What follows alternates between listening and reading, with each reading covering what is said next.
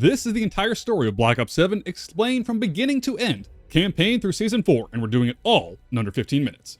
June 2035, 10 years after David Section Mason has killed Raul Menendez at the end of Black Ops 2. Menendez's death video did not calm down the world. Instead, it supercharged Cortesdia riots, collapsed trust, and governments never fully recovered. And into that vacuum stepped a Mediterranean tech megacorporation based in the city-state of Avalon, the Guild. Their CEO, Emma Kagan, sells them as the only force left in the world that can restore order. Robotics, AI surveillance, and private security where nations failed. Then, a new video hits the net. An unaged, unbroken Raul Menendez. He says 2025 was only the beginning, and in 3 days, the world will burn. JSOC, however, does not buy the Guild's sudden hero act. Colonel Troy Marshall deploys Spectre 1, a unit he stood up in 2030 with David Section Mason, Mike Harper, Eric Samuels, and Leilana 5050 Tapula to figure out what's going on. Their sister unit is Spectre 2, led by Slade Razor Barrick, and their tech support comes from Chloe Karma Lynch, the lady who helped stop Raul Menendez's virus attacks in 2025. The orders sound simple. Go to Avalon, find out if the Guild is tied to Raul Menendez. Spectre 1 punches into a key Guild R&D facility in the lab of Avalon. The hit is a setup though. They are ambushed on purpose and force-fed concentrated Cradle toxin. The Cradle is not new science. It is a refined descendant of older Soviet-era, Pantheon-era hallucinogenic agents from the Black Ops 6 lore. Early strains cooked the hypothalamus, cooked aggression, and then cooked the host alive from the inside. The Guild's 2030 strain is worse. Airborne, contagious, and turned to drag victims into personal and shared nightmares built from their own trauma while their bodies are still trying to fight it off in the real world. Normal people would break, but Spectre 1 stays standing because of their C-links, cybernetic cerebral links, early neural interface technology, a straight line towards the direct neural interface that you know from Black Ops 3. The C-links keep them combat capable and let them share the hallucinations instead of blacking out. And inside the toxin haze, one early vision dumps David face to face with an apparition of Menendez. They still finish the job, yank a quantum computer drive out of the lab, and blow the facility. But the detonation is a disaster. Containment of the Cradle ruptures and floods into Avalon. Civilians evacuate and contaminated exposure zones open up across the city. That mess is the whole foundation of Endgame later, but the campaign does not pause for it. They hand the drive to Karma and start hunting a Guild insider still moving through Avalon.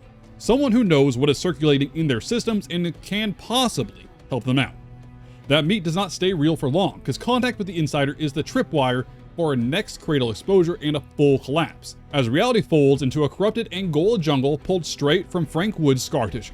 Capture, torture under Menendez's people, and the long guilt that he has over the accidental killing of Alex Mason. Quotes on killing. The team finds Woods emaciated, hunched over a could corpse that he treats like Alex Mason. He is drowning in self-loathing and he does not believe they can get him out. Then the Cradle builds a boss out of that guilt, a massive plant monster Woods that David has to put down. David puts the nightmare down and forgives Woods, but Woods pushes that forgiveness right back at him. You need to heal from killing Raul Menendez or this thing will haunt you forever. And on the way out of the vision, Woods and the Insider, simultaneously the same person, give them the name that sticks with them for the rest of the game, the Cradle. They wake. Marshall and Karma already have the other half of the picture. The 2035 Menendez tape is not real. It's a resurrection. It is a Guild AI deepfake.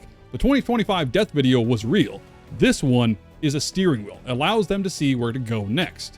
Karma still cannot fully crack the drive that she was given without a quantum computer.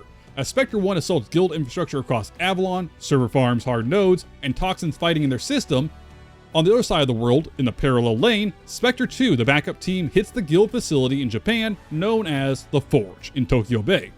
Razor pulls the decryption key and then uses an EMP to wipe and sabotage the remaining data, as Razor is working for the Guild, the mole inside the house. Back over in Avalon, Spectre 1's VTOL eats a Guild drone swarm. They override Sam's, hammer the flock, and chase the last bird for flight logs that can name the traitor. And the toxin ramps up while they fly. Samuel starts flashing back to Los Angeles 2025 out loud, and Sue the Skyline starts to agree with it. The chase drops the whole team into a shared hallucination of the 2025 battle for Los Angeles, Menendez's drone day. Cortesdia.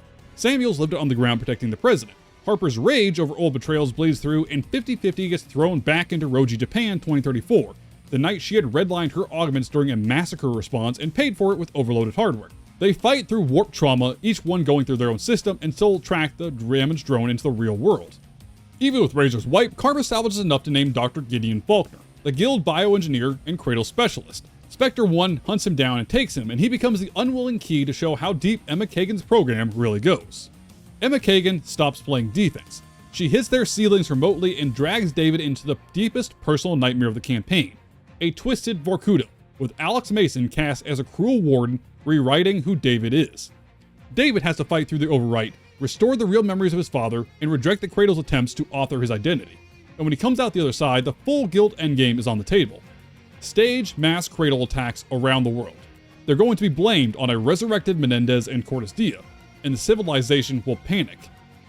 But in would walk the Guild as the only force who can restore order, and in doing so they would own the planet when smoke clears. Kagan is not protecting humanity from Menendez, she is auditioning to replace governments and instill her company as the one source of truth. Spectre 1 hits Avalon's docks to stop Cradle shipments before they go global. This is also where the trader bill comes due. They confront and kill Razor. Stopping crates, though, is still not enough, as the factory lives, and the plan lives. The source is Blackheart, an offshore Guild mining rig sitting on an underwater manufacturing and bioreactor complex, primary Guild production. Spectre 1 fights through Kagan's defensive grid, including mech elements, and cracks the heart of the facility. David gets a choice that echoes through the decades of this franchise. Kill Emma Kagan or take her alive. His decision directly ties into what happens in Black Ops 3. He remembers what Menendez's death did to the world, a corpse with a message that can still burn continents. He will not mince another martyr that the Guild can mystify and create as an ideal. He captures Emma Kagan so the conspiracy can be dragged into the light. The campaign almost ends clean, but it does not. Kagan's second in command, Alden Dorne, is already moving. He engineers Faulkner's escape, and Faulkner tries one last coastal Cradle dump. Spectre 1, still cooked under residual toxin, runs him down and kills him. Avalon's major contamination threat finally breaks. With Marshall and Karma handling the team, the next problem is on the board. Find Alden Dorne. He is gathering whatever is left of the Guild. With Emma Kagan in custody, Alden Dorne breaks her out of a prison convoy for one reason: bait. He knows David Mason will come, and when Mason shows, Dorne's real objective starts: capture Section and reverse engineer the sealing technology in his skull, the most powerful military technology in the world at the moment. That implant is the most advanced military edge on Earth, and it is why Spectre 1 beat the Guild and stayed coherent inside Cradle exposure. If Dorne can copy it, the Guild does not need Kagan's pageantry, and they can build soldiers who run the nightmare and win it. Mason takes the bait alone. Overwatch on Kagan's transport, he wants closure. His team is not with him. Dorne uses the window. He kills Emma Kagan, seizes full command of the Guild, and fires a weapon that shuts down Mason's sealing cold. Mason drops, and there is no Spectre 1 pivot, no clean extract, just a blackout. He wakes up inside Project Synapse, a Guild facility built to develop brain enhancement tech for soldiers. This is not a cell, this is a lab, and they are going to open up Mason and learn how the sealing works in order to mass produce it. When Karma learns Mason is taken, she makes a hard call. She wrenches Spectre 1 and deploys a secondary rescue element with her own support. The hunt for Synapse begins. Season 1 ends with the most dangerous operator in the story on a Guild table, and the woman who built the C-Link coming to steal him back. Dorne escalates the situation. He brings in a disgraced doctor who does not answer to the normal oath, Victoria Atwood. Her job is ugly and specific: decode Mason's C-Link, replicate it, and hand the Guild a production path. She gets halfway through the research and needs more signal, so she begins to stress test David's mind, pushing his brain until the implant gives up new information. And that is the exact window when Karma's rescue element hits Synapse. They extract him, but Atwood already did the damage. Mason is forced into a coma for an unknown stretch of time. Inside his own head, he is still fighting demons, guilt, and every ghost of this bloodline that has been stacked onto the Mason name. Karma pulls him into treatment and puts the next phase on the table. She has a plan to take the Guild down from the inside. Not another frontal war, but a precision steal. Season 2 closes with Mason breathing but offline, and Karma holding the only path that ends Dorne without another decade of fallout. Karma's plan, however, needs a body inside the Guild's facility. She spends a specialized operator codenamed Javelin at the Guild's Arctic base. His orders sound crazy on purpose: fight in hard, get captured, and clean enough that it looks forced. No obvious suicide run. No tell that him getting captured was the objective. Hidden inside Javelin's C-Link is Karma's real weapon, a virus built to open Guild networks and the systems that they have the second they plug into his hardware. It works. Javelin is taken, Victoria Atwood gets a fresh subject, and another run at finishing full C-Link replication for guild deployment. From the outside, Dorne looks like he is winning again, but from the inside, Karma just got a hardline into the house.